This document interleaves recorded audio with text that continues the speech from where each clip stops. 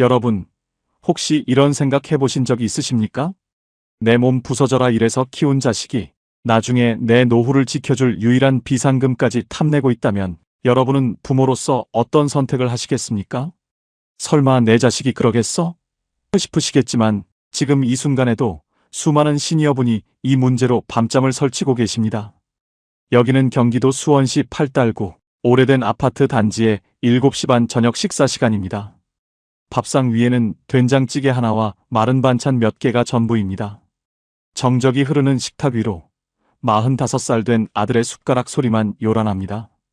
아버지, 아까 그 이야기 진심이세요? 아들 녀석이 밥알을 씹으며 툭 던진 말에 67살 승민 씨는 숟가락을 멈췄습니다. 그래, 네 엄마랑 상의 끝에 내린 결정이다. 이제 세탁소 문도 닫았고 우리가 가진 거라곤 이 집 한 채뿐 아니냐? 이거 주택연금 신청해서 매달 조금씩이라도 받으면서 살려고 한다.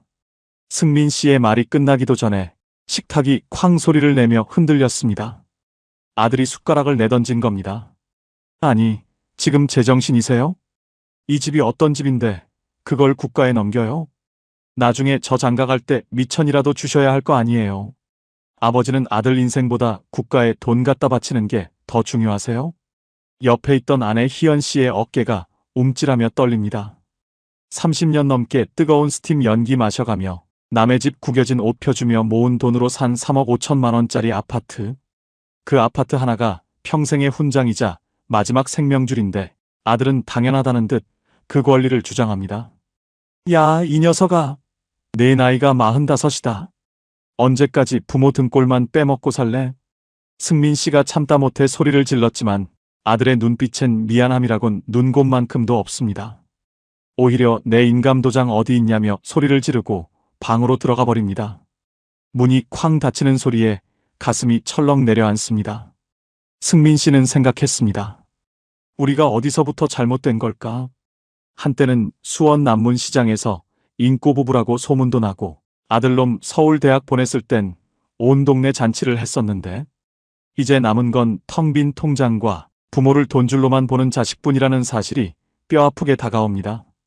지금 당장 주머니에 있는 돈은 10,000원짜리 몇 장뿐. 이대로 가다간 연금 90만 원대로 평생 라면만 먹고 살아야 할지도 모릅니다. 자식에게 모든 걸 다 주고 길거리에 나앉아야 할까요?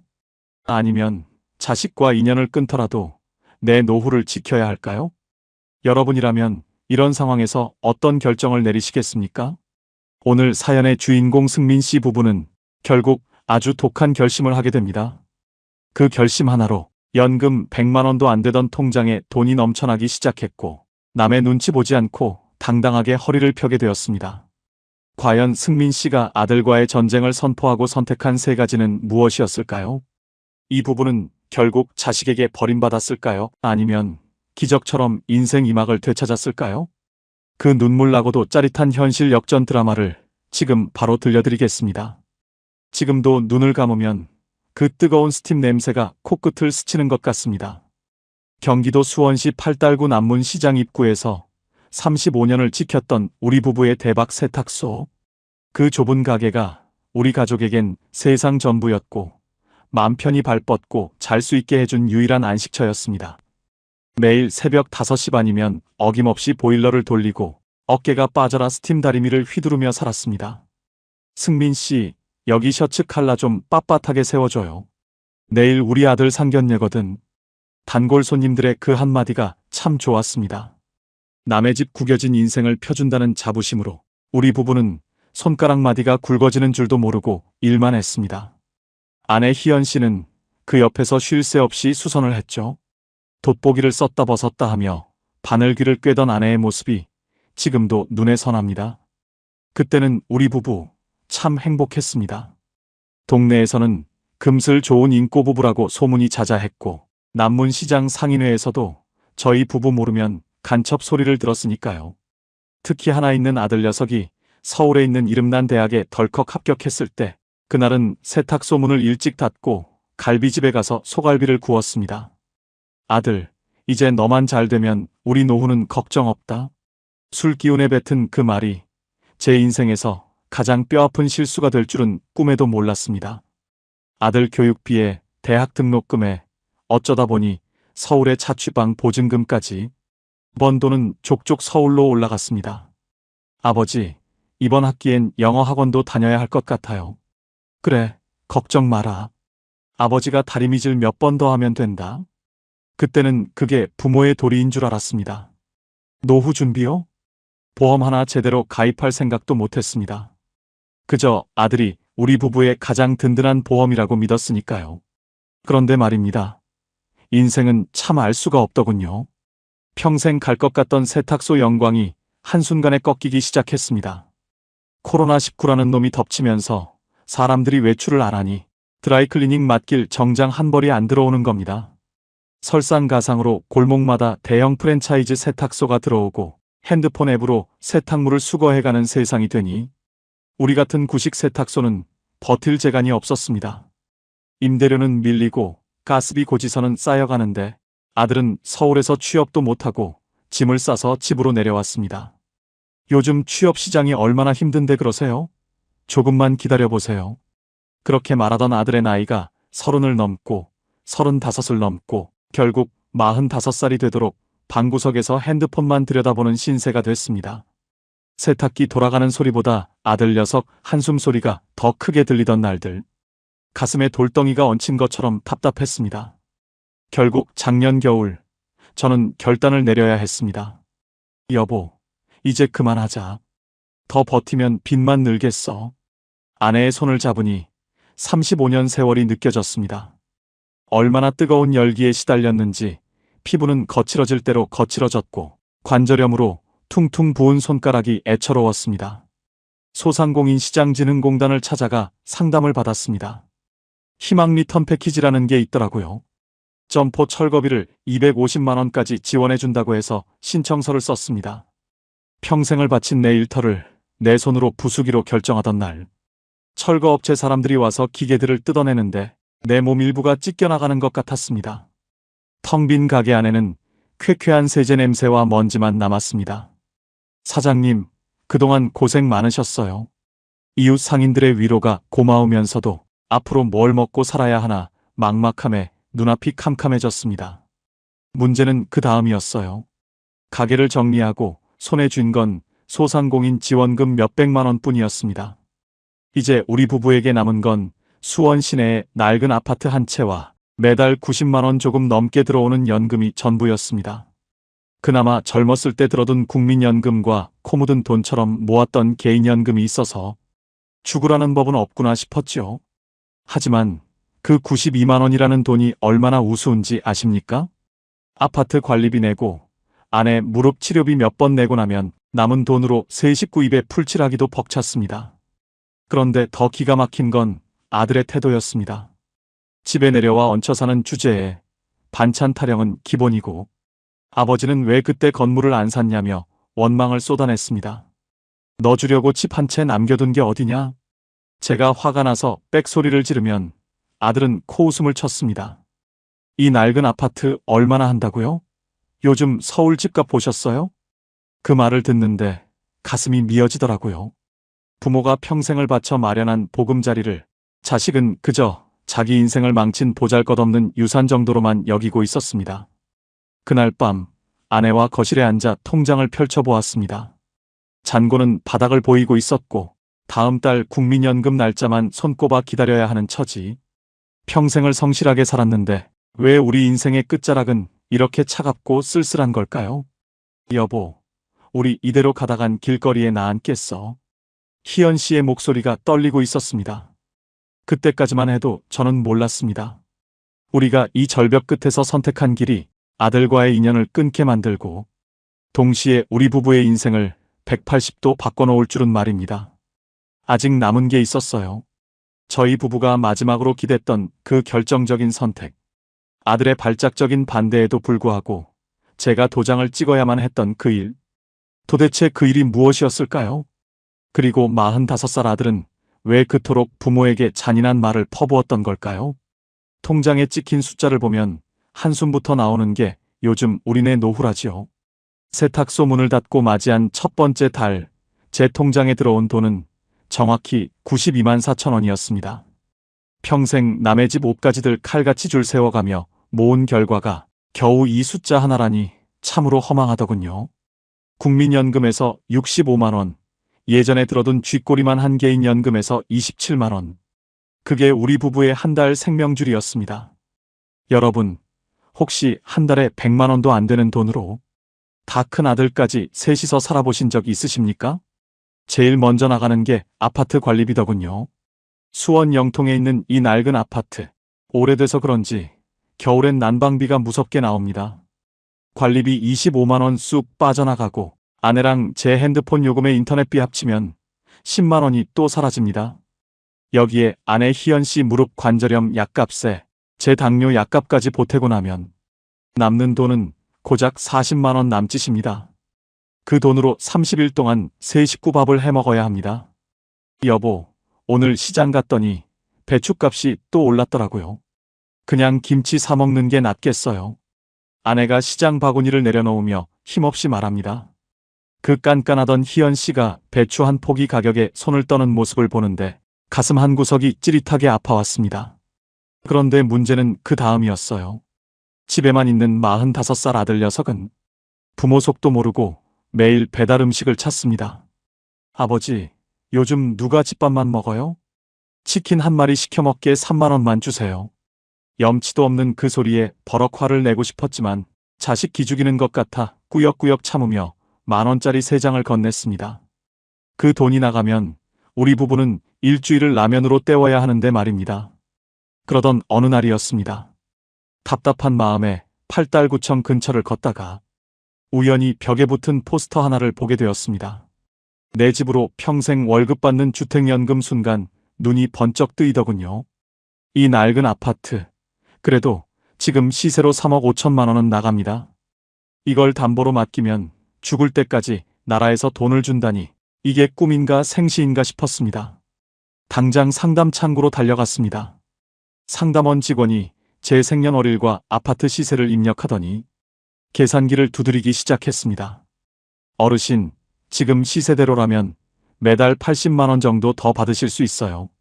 기존 연금이랑 합치면 월 170만 원이 넘네요. 170만 원. 그 소리를 듣는데 가슴 속 꽉 막혔던 체증이 내려가는 기분이었습니다.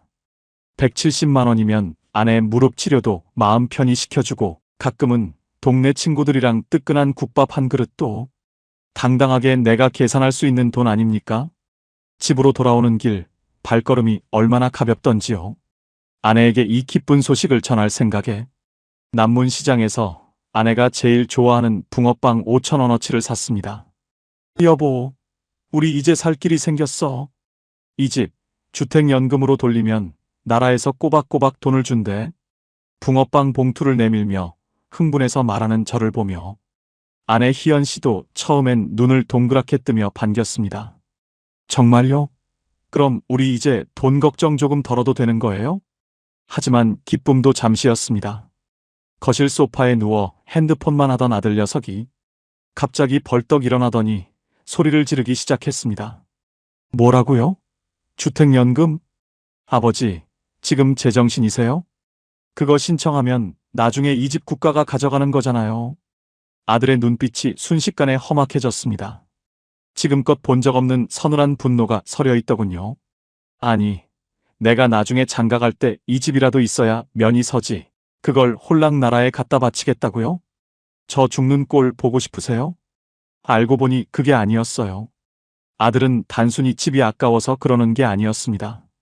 나중에 알게 된 사실이지만 아들 녀석은 이미 제 이름으로 된 이 아파트를 담보로 어디서 대출이라도 받을 속셈을 하고 있었던 모양입니다. 야, 이놈아. 내 나이가 몇인데 아직도 부모 집을 탐내. 우리는 굶어 죽으라는 거냐? 제가 소리를 높이자 아들은 더 큰 소리로 대들었습니다. 누가 굶어 죽으래요? 자식이 잘 돼야 부모도 호강하는 거지. 집을 담보로 연금을 받으면 저는 뭐가 남냐고요. 순간 머리가 핑 돌았습니다. 내 노후보다 자기 손에 들어올 유산이 더 중요하다는 자식의 말. 가슴에 대못이 박힌다는 게 이런 기분일까요? 이게 다가 아니었습니다. 아들의 반대는 시작에 불과했습니다. 다음 날부터 아들은 집안을 지옥으로 만들기 시작했습니다. 밥상을 없는 건 기본이고 아내에게 입에 담지 못할 막말까지 쏟아붓더군요. 여러분, 이런 상황에서 여러분은 어떻게 하시겠습니까?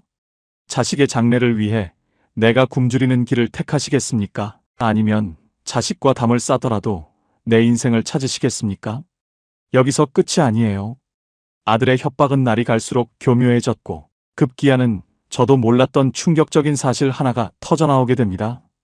그 사실 때문에 저희 부부는 결국 짐을 싸서 집을 나갈 결심까지 하게 되죠. 그날 이후 우리 집은 말 그대로 얼음장 같은 정적만 흐르는 무덤이 되어버렸습니다. 아침마다 들리던 찌개 끓는 소리도 사라졌고 아내는 아들 눈치를 보느라 거실에도 못 나오고 방 안에만 웅크리고 있었습니다. 45살이나 먹은 놈이 부모에게 소리를 지르고 밥상을 없다니. 저는 밤마다 천장을 보며 자책했습니다. 내가 자식을 잘못 키웠구나. 오냐오냐 하며 서울대학 보내놓으면 제 앞가림은 할 줄 알았는데 그게 다 내 욕심이었나? 나중에 알았는데요. 아들이 그토록 주택연금을 반대했던 건 단순히 상속 때문이 아니었습니다. 그놈에겐 부모에게 말하지 못한 끔찍한 비밀이 숨겨져 있었죠.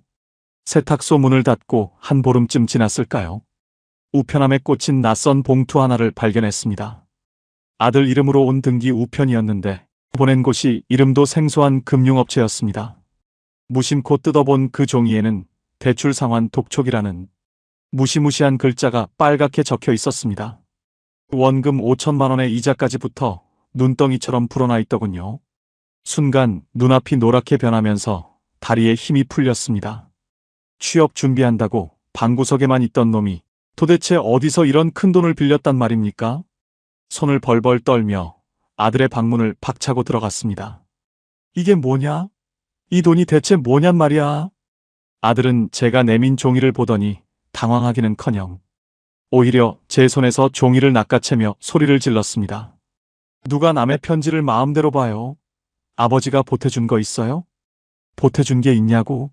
내 대학 등록금에 생활비에 내가 평생 다리미질해서 다 해줬는데 내가 어떻게 나한테 이래? 제가 가슴을 치며 울부짖자 아들은 아주 태연하게 가장 잔인한 말을 뱉어냈습니다. 그러니까 그 주택연금인지 뭔지 하지 말고 이 집 담보로 대출 좀 받아서 이거부터 갚아달라고요. 나중에 이 집 팔면 다 해결될 거 아니에요? 어차피 죽으면 놔줄 건데 좀 미리 당겼으면 안 돼요? 순간 마음이 철렁했어요. 이놈은 지금 부모가 굶어 죽든 말든 상관이 없었습니다. 오직 자기 빚 갚는데 이 집을 써버릴 생각뿐이었던 겁니다. 이 집은 네 엄마랑 내 마지막 목숨줄이야. 주택연금 안 하면 우리 당장 다음 달부터 라면 살 돈도 없어. 제 외침에 아들은 씩씩거리며 밖으로 나가버렸습니다. 그날 밤 아내와 저는 거실 바닥에 앉아 한참을 울었습니다. 여보, 우리 아들 저러다 정말 사고 치겠어요. 차라리 우리가 집을 비워주는 게 어떨까요? 아내 희연 씨의 말에 저는 정신이 번쩍 들었습니다. 부모가 자기 집에서 쫓겨나야 한다니 세상에 이런 법이 어디 있습니까? 하지만 생각처럼 쉽지 않았어요. 아들은 그날 이후로 제 인감도장과 집 문서를 찾으려고 온 집안을 헤집기 시작했습니다. 심지어 밤에는 저희 부부방 주위를 서성이며 문고리를 돌려보는 소리까지 들리더군요. 문제는 여기서 끝이 아니었습니다. 며칠 뒤 모르는 번호로 전화 한 통이 걸려왔습니다. 아들의 친구라는 사람이었는데 아들이 여기저기 돈을 빌리면서 우리 아버지가 수원에 3억 넘는 아파트가 있으니 조금만 기다리면 다 갚을 수 있다고 장담을 하고 다녔다는 겁니다.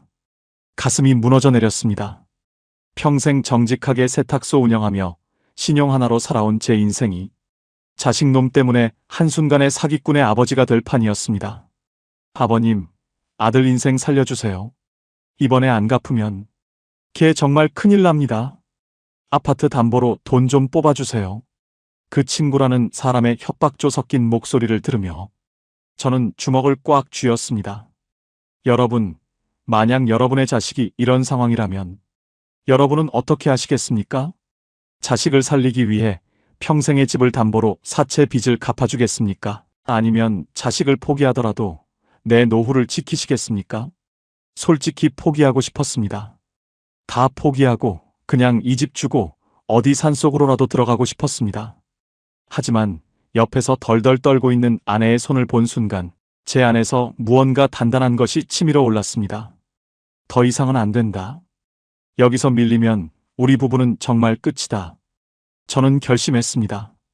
아들에게서 내 아내와 내 인생을 지키기 위해 지금껏 한 번도 해보지 못한 가장 모진 일을 하기로 말입니다. 그때까지만 해도 괜찮았습니다. 아들이 설마 부모를 해치려 들기야 하겠냐고 생각했죠. 하지만 인생은 제 예상보다 훨씬 더 가혹했습니다. 다음 날 아침 잠에서 깬 제가 거실로 나갔을 때 집안 풍경은 그야말로 지옥이 따로 없었습니다. 아들이 제 인감도장을 찾으려고 집안 가구들을 다 때려 부수고 있었던 겁니다. 여기서 끝이 아니에요. 아들의 광기 어린 행동은 이제 시작에 불과했습니다.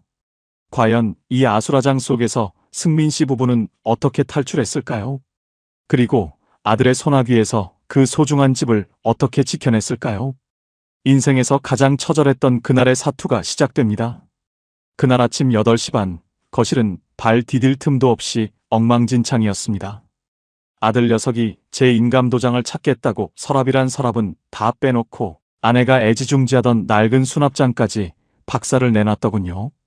여보, 나 무서워요. 저게 정말 우리 아들 맞아요? 아내 희연 씨는 방구석에 앉아 덜덜 떨고 있었습니다. 35년 동안 세탁소에서 뜨거운 연기 마시며 같이 고생한 아내인데 노후에 이런 꼴을 보여준다는 게 죽기보다 더 괴로웠습니다.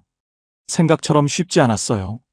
자식을 경찰에 신고할 수도 없고 그렇다고 이대로 있다간 아내까지 몸져 누울 판이었습니다. 저는 결심했습니다. 일단 이 집에서 나가야겠다고 말이죠. 아들이 씩씩거리며 밖으로 나간 사이 우리 부부는 칠작전이라도 하듯 서둘러 짐을 쌌습니다. 속옷 몇 벌과 당뇨약 그리고 가장 중요한 제 신분증과 통장을 챙겼습니다. 평생을 바쳐 마련한 3억 5천만 원짜리 내 집인데 주인인 우리가 도둑놈처럼 뒷문으로 도망쳐 나와야 하다니요. 수원역 근처로 걸어가는 내내 발걸음이 떨어지지 않아 몇 번이나 뒤를 돌아보았습니다. 혹시 이런 분 계세요? 내 자식 무서워서 내 집에도 못 들어가고 길거리를 헤매본 경험 말입니다. 그 참담함은 겪어보지 않은 사람은 절대 모릅니다. 우리가 처음 찾아간 곳은 수원역 근처의 작은 24시 찜질방이었습니다. 15,000원을 내고 들어간 그 좁고 시끄러운 곳에서 우리 부부는 서로의 손을 꼭 잡고 누웠습니다. 승민 씨, 우리 이제 어떻게 해요? 아들이 우리 찾으면 어떡하죠? 아내의 눈물 섞인 물음에 저는 대답 대신 입술을 깨물었습니다. 문제는 그 다음이었어요. 아들은 우리가 집을 나간 걸 알자마자 무시무시한 문자를 보내오기 시작했습니다. 당장 돌아와서 서류 내놔라. 안 오면 이 집 다 때려 부수겠다. 핸드폰 진동 소리가 들릴 때마다 심장이 덜덜 떨려 결국 전원을 꺼버리고 말았습니다. 그렇게 찜질방 딱딱한 바닥에서 하룻밤을 지새우고 나니 오히려 머릿속이 맑아지더군요. 그래, 자식에게 휘둘리다 길거리에서 죽느니 욕을 먹더라도 내 노후는 내가 챙기자. 다음 날 아침 저는 아내를 데리고 한국주택금융공사 수원지사를 찾아갔습니다. 상담 창구에 앉아있는 젊은 직원을 보니 방구석에 있는 아들 녀석 생각이 나서 울컥 화가 치밀었습니다. 어르신, 주택연금 신청하러 오셨나요? 표정이 너무 안 좋으신데 어디 편찮으세요? 직원의 친절한 물음에 아내는 결국 참았던 눈물을 터뜨렸습니다. 저는 떨리는 손으로 아파트 등기부등본과 서류들을 내밀었습니다. 알고 보니 그게 아니었어요. 주택연금이라는 게 신청만 하면 끝인 줄 알았더니 절차가 꽤나 꼼꼼하더군요.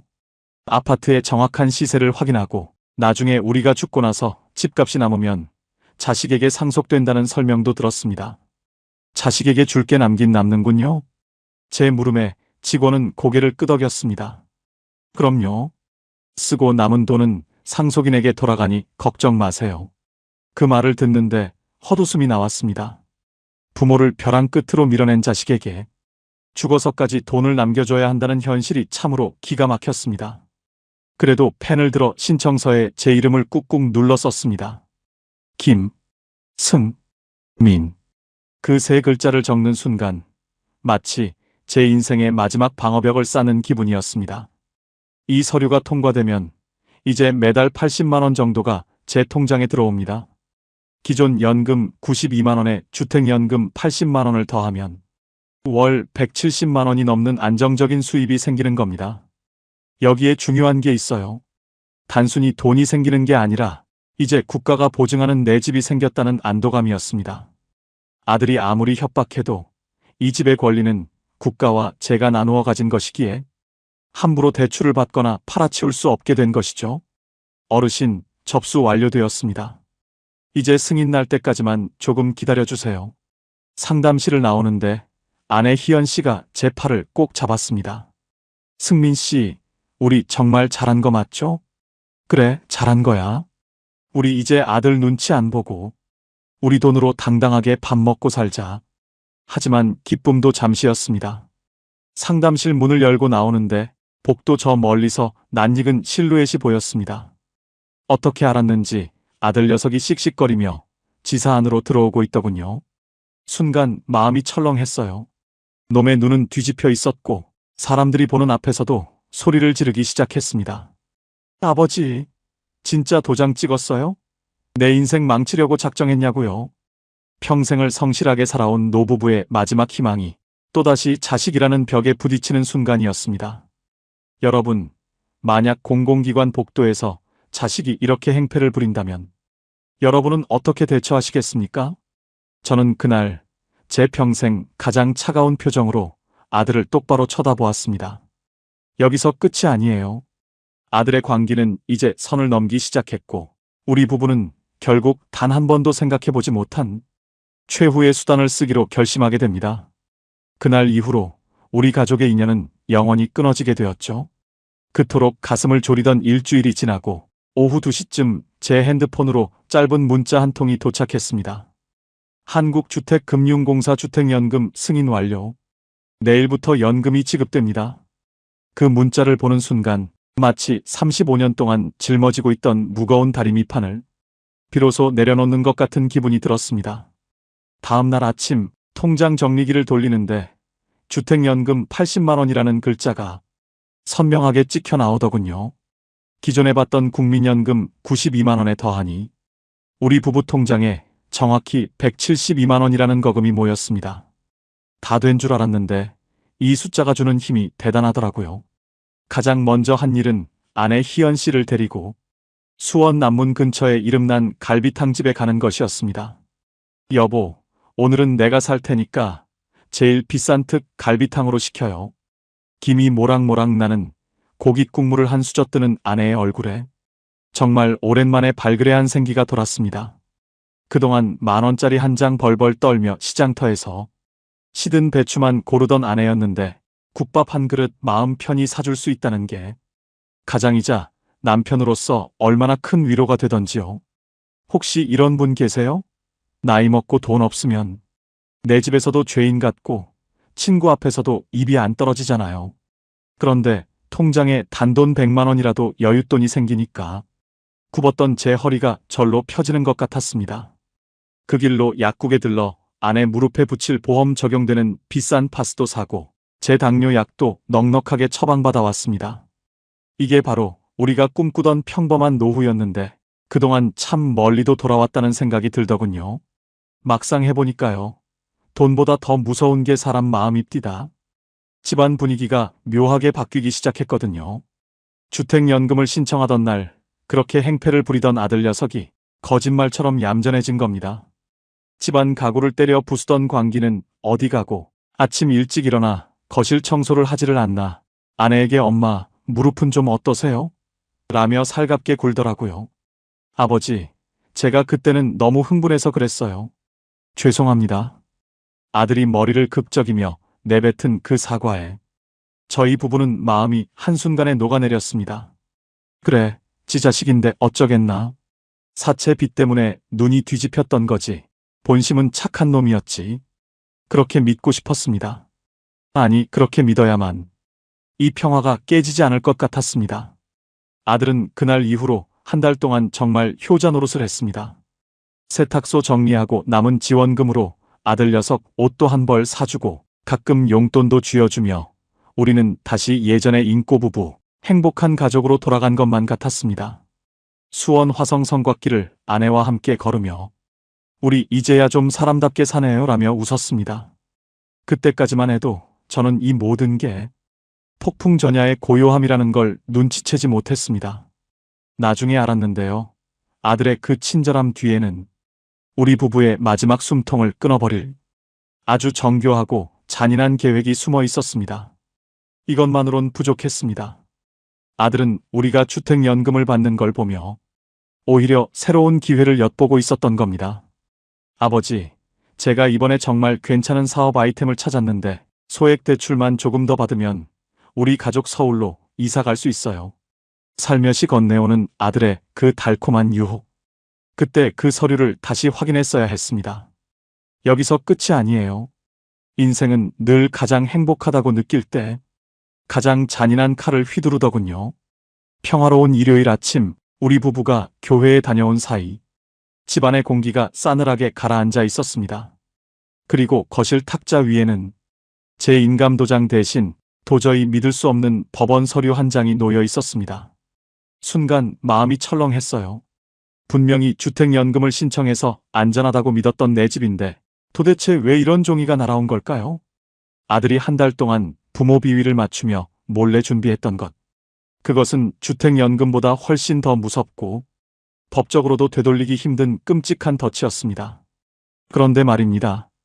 인생은 제 편이 아니었습니다.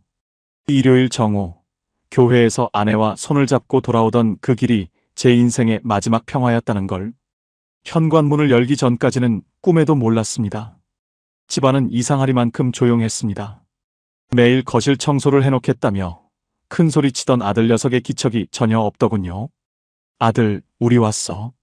점심 같이 먹게 나와봐. 희연 씨가 다정하게 불렀지만 아들의 방에선 아무런 대답이 없었습니다. 방문을 열어본 순간 제 심장은 그대로 멈춰버리는 줄 알았습니다. 방 안은 텅 비어 있었습니다. 옷장 문은 활짝 열려 있고 아들이 가지고 있던 낡은 캐리어와 노트북이 흔적도 없이 사라졌더군요. 그때 그 서류를 다시 확인했어야 했습니다. 거실 식탁 위에는 덩그러니 종이 한 장이 놓여 있었습니다. 부들부들 떨리는 손으로 그 종이를 집어들었습니다. 법원에서 날아온 소장도 아들의 편지도 아니었습니다.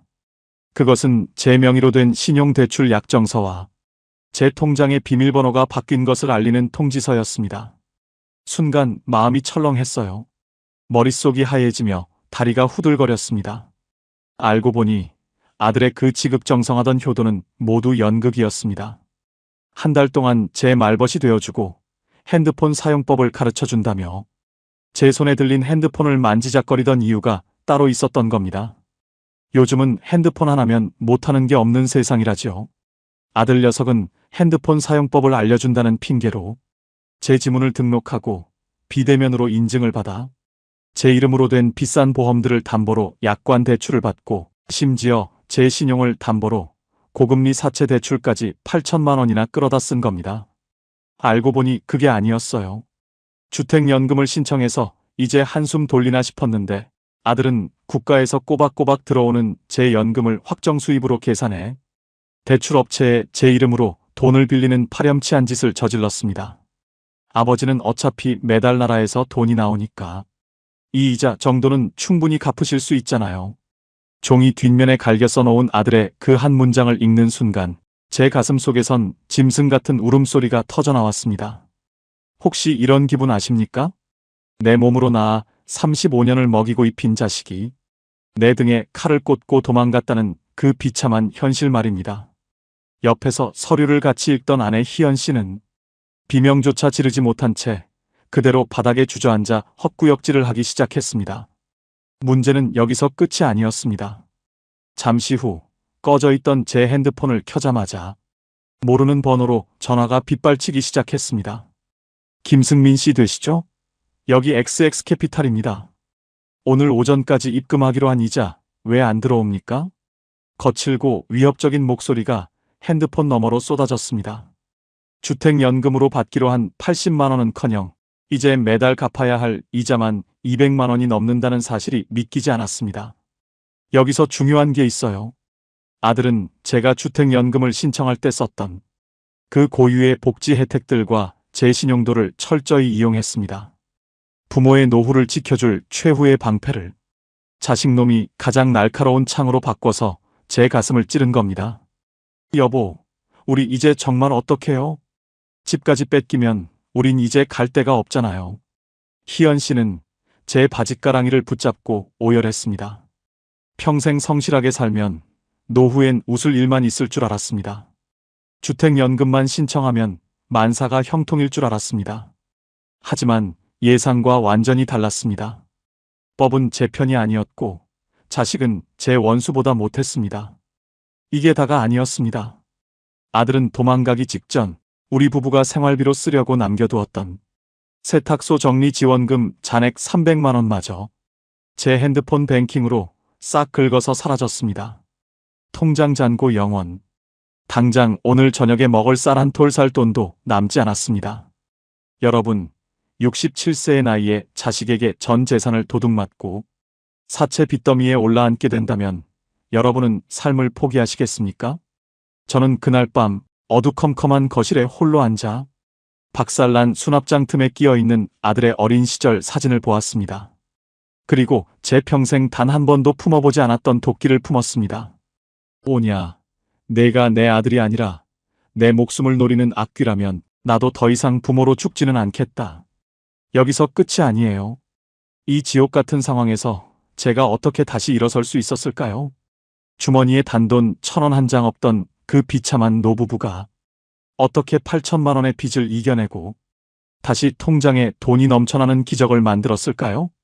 그 처절하고도 독한 복수와 부활의 기록이 이제 시작됩니다.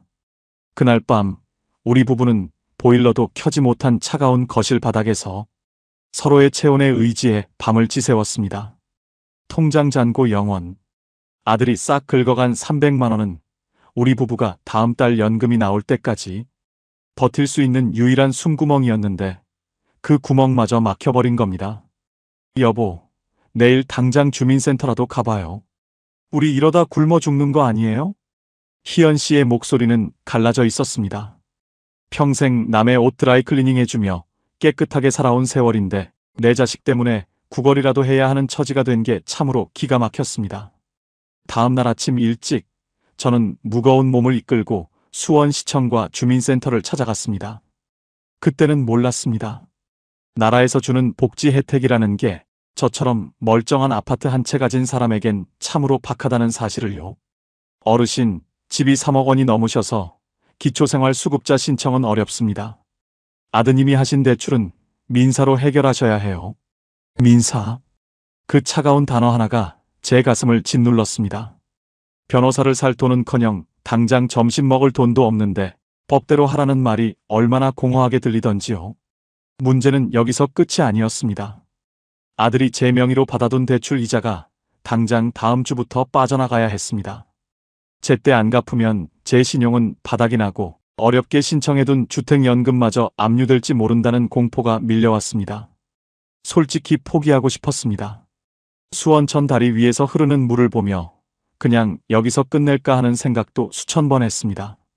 하지만 그때 제 핸드폰으로 문자 한 통이 왔습니다.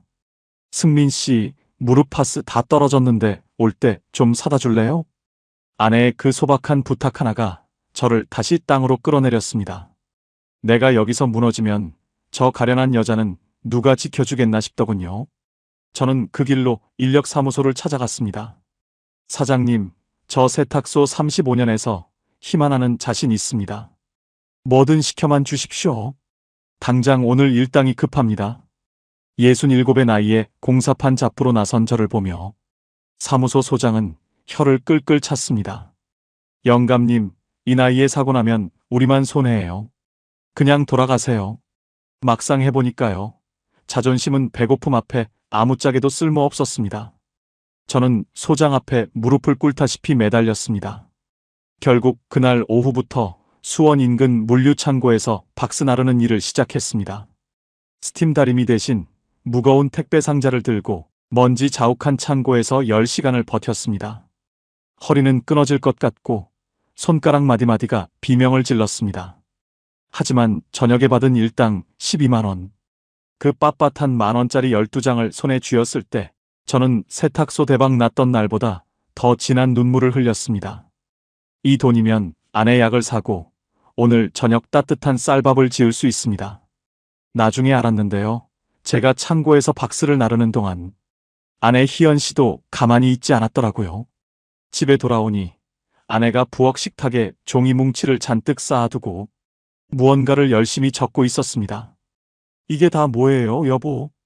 승민 씨, 우리 아파트 단지에 실버 택배랑 안전지킴이 모집 공고가 떴더라고요. 저도 내일부터 면접 보러 가려고요. 우리 둘이 합치면 아들이 벌려놓은 이자 충분히 감당할 수 있어요. 알고 보니 그게 아니었어요.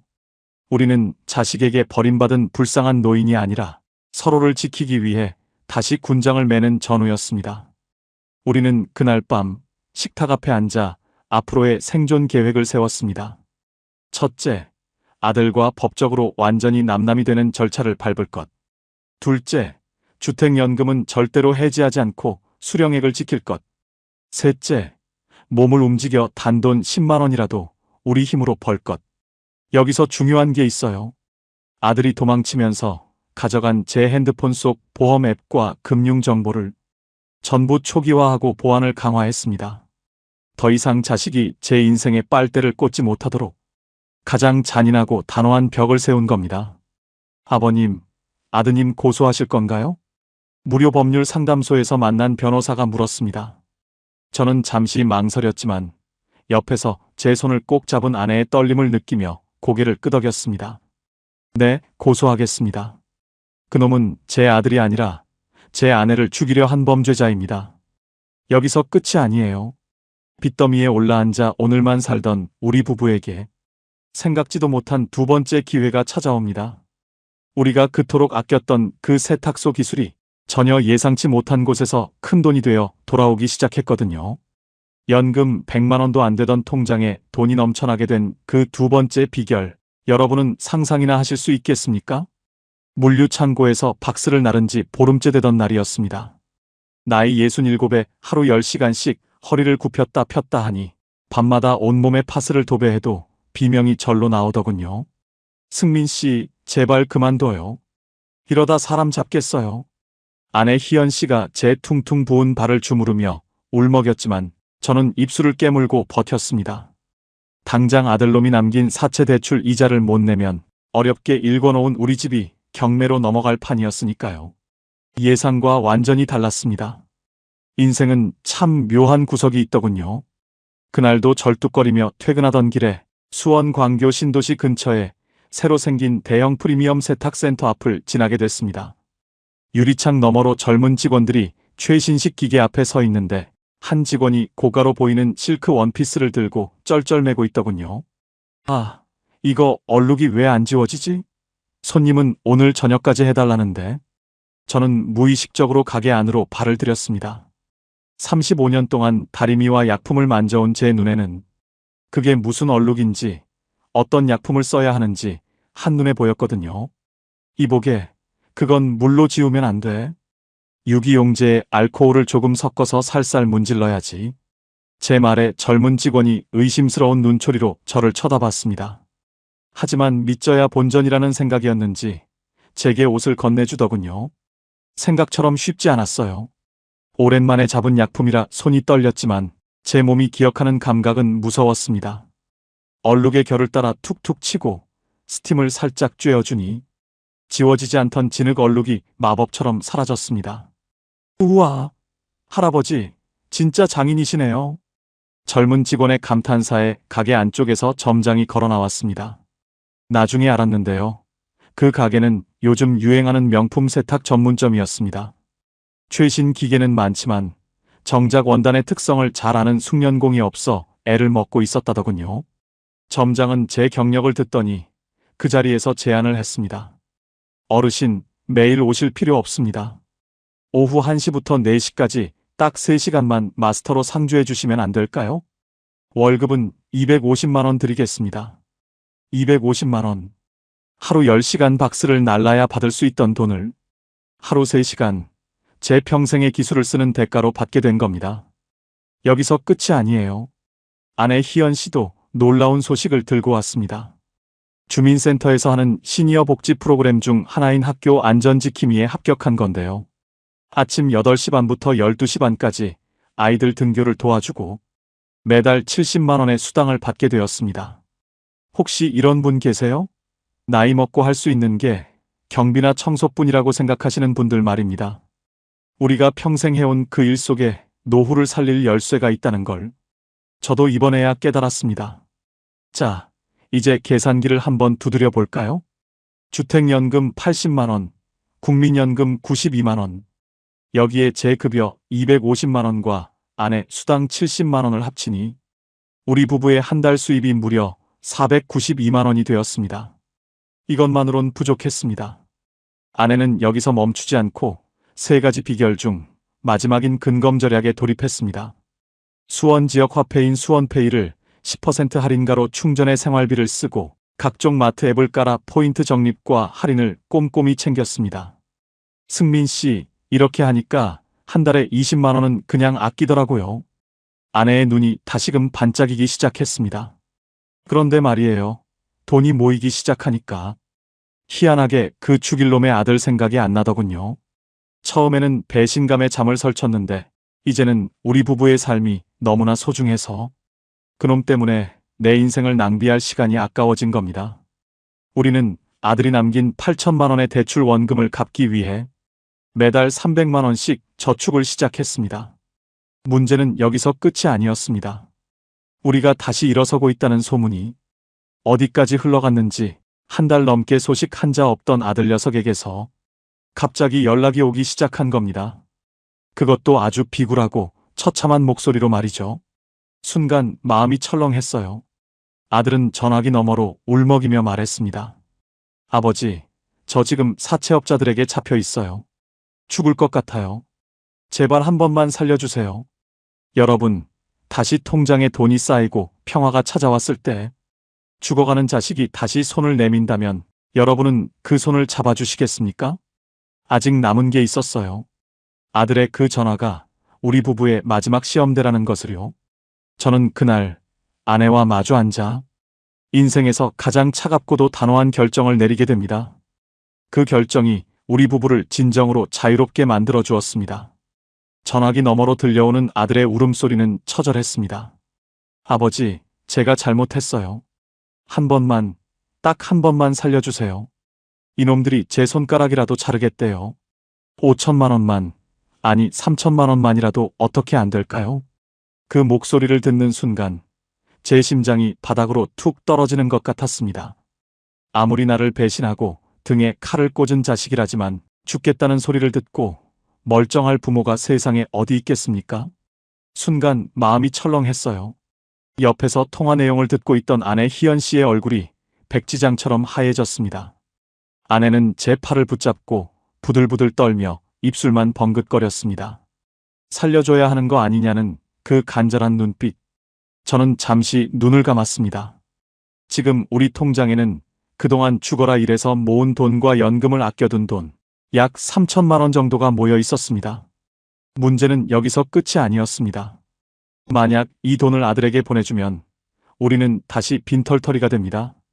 우리가 갚아야 할 아들의 남은 대출 원금은 여전히 산더미 같고 아내는 다시 시장터에서 시든 배추를 골라야 하며 저는 다시 물류창고에서 허리가 끊어져라 박스를 날라야 합니다. 무엇보다 이 돈을 준다고 해서 아들이 정신을 차릴까요? 알고 보니 그게 아니었어요. 제가 침묵하자 전화기 너머에서 낯선 남자의 굵직한 목소리가 들려왔습니다. 어르신, 아들 살리고 싶으면 오늘 저녁 7시 반까지 입금하세요. 집도 있으시면서 왜 이렇게 빡빡하게 구십니까? 사채업자의 그 비아냥거리는 소리를 듣는 순간 제 머릿속에 번개라도 친 듯 정신이 번쩍 들었습니다. 저들은 우리 부부의 주택연금과 이 아파트를 노리고 아들을 이용하고 있는 것이었습니다. 아들아, 내 말 잘 들어라. 제 목소리는 생각보다 차갑고 단단하게 나갔습니다. 아버지, 살려주시는 거죠? 입금해 주시는 거죠? 아니, 못 해준다. 아니, 안 해준다. 생각처럼 쉽지 않았어요. 그 말을 내뱉는 제 입술이 파르르 떨렸습니다. 아들은 비명을 지르며 욕설을 내뱉기 시작했습니다. 어떻게 아버지가 이래요? 내가 죽어도 상관없다는 거예요? 그 잘난 집 구석국가에 갖다 바치고 부모만 잘 먹고 잘 살겠다는 거예요?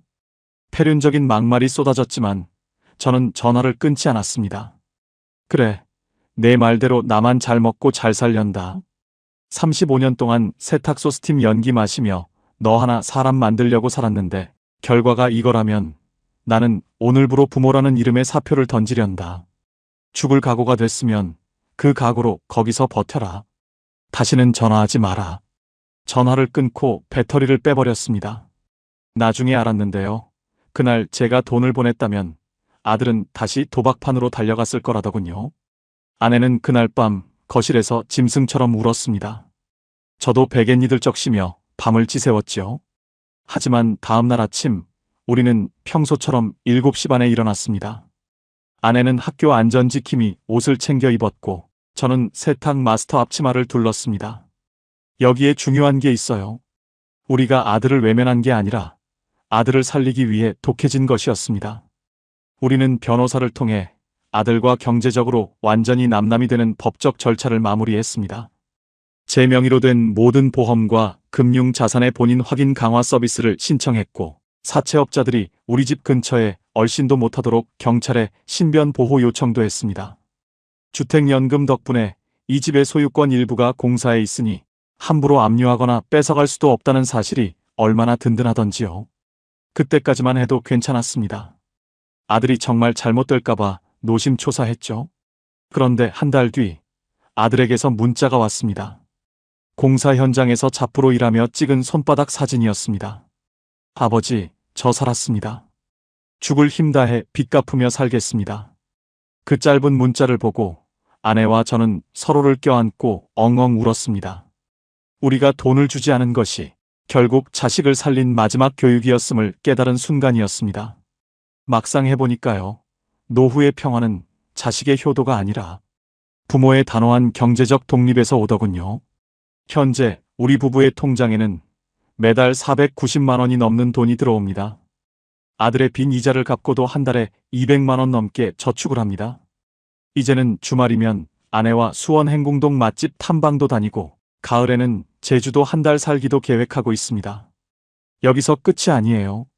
인생의 폭풍우를 다 겪고 난 지금 제가 여러분께 꼭 드리고 싶은 뼈아픈 조언 3가지가 남았습니다. 이걸 모르면 여러분도 저처럼 자식에게 배신당하고 길거리로 나앉을 수 있습니다. 과연 연금 100만 원도 안 되던 우리 부부를 풍요로운 노후로 이끈 진짜 비결은 무엇이었을까요? 여러분, 제가 아들의 전화를 끊고 독하게 마음먹었을 때 주변 친구들은 저보고 자식 버린 비정한 애비라고 손가락질도 했습니다.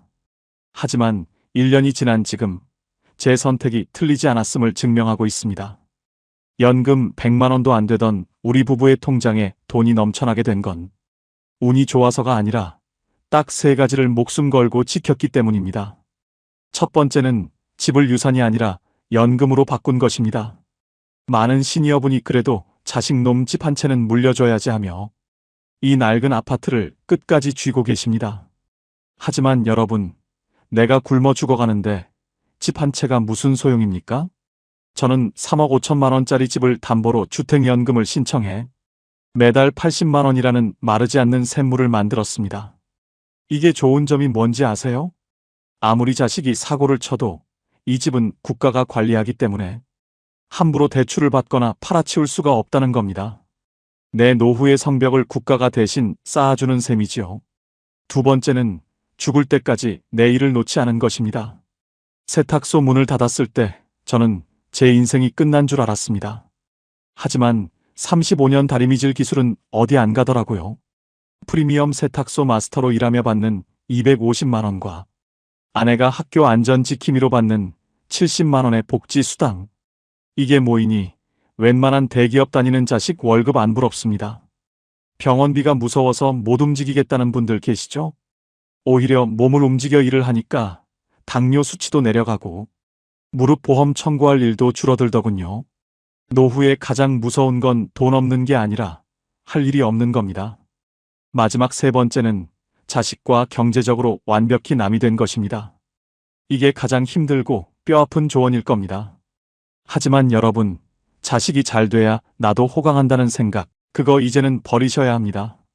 자식의 대출 빚을 갚아주기 위해 내 노후 자금을 깨는 순간 부모와 자식 둘 다 지옥으로 떨어집니다. 저는 아들의 사채 빚을 대신 갚아주는 대신 그놈이 스스로 일어날 수 있게 매몰차게 돌아섰습니다. 그랬더니 그놈이 비로소 제 손으로 땀 흘려 돈을 벌기 시작하더군요. 진정한 효도는 돈을 물려주는 게 아니라 부모가 자식에게 짐이 되지 않는 것임을 잊지 마세요. 알고 보니 그게 아니었어요.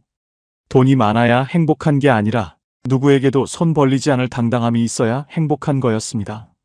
지금 저는 매달 들어오는 490만 원의 수입으로 아내와 함께 남은 인생을 온전히 우리만을 위해 쓰고 있습니다. 친구들이 밥값 눈치 볼 때 저는 시원하게 골든벨도 울립니다. 통장에 잔고가 쌓이니 아들놈도 이제는 함부로 대하지 못하더군요. 역시 시니어에게 최고의 권위는 입에서 나오는 게 아니라 통장에서 나온다는 걸 뼈저리게 느낍니다. 오늘 제 긴 이야기를 들어주셔서 감사합니다. 수원 남문에서 세탁소 하던 승민이 형의 이야기가 여러분 가슴속에 작은 불꽃 하나를 지폈기를 바랍니다. 지금 당장 통장에 돈이 없다고 낙심하지 마세요. 내 집이 있다면 주택연금을 알아보시고 내 몸이 건강하다면 주민센터의 복지 일자리를 문을 두드리세요. 그리고 무엇보다 자식에게 쏟았던 정성의 절반만 오늘 옆에 있는 배우자와 여러분 자신에게 쏟으시길 바랍니다. 오늘 내용 중 꼭 기억해야 할 핵심 3가지 다시 정리해드립니다. 하나, 집은 유산이 아니라 연금이다. 주택연금을 적극 활용하세요. 둘, 기술은 죽지 않는다. 내가 잘하던 일로 소액이라도 벌어보세요.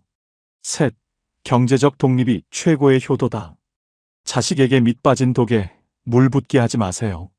여러분, 노후는 인생의 끝이 아니라 새로운 시작입니다. 자식의 눈물보다 내 배고픔을 먼저 걱정하는 게 진짜 나를 사랑하는 길입니다. 오늘 제 이야기가 조금이라도 위로가 되고 힘이 되셨다면 구독과 좋아요 한 번씩만 꼭 부탁드립니다. 여러분의 작은 응원이 저 같은 시니어 작가에게는 큰 힘이 됩니다. 주변에 자식 문제로 고민하는 친구분이 계신다면 이 영상을 꼭 공유해 주세요. 그분에게는 이 영상이 인생을 바꾸는 기적이 될지도 모릅니다. 저는 다음에도 더 현실적이고 속 시원한 사연으로 찾아뵙겠습니다. 오늘도 평안하고 당당한 하루 보내시길 바랍니다. 감사합니다.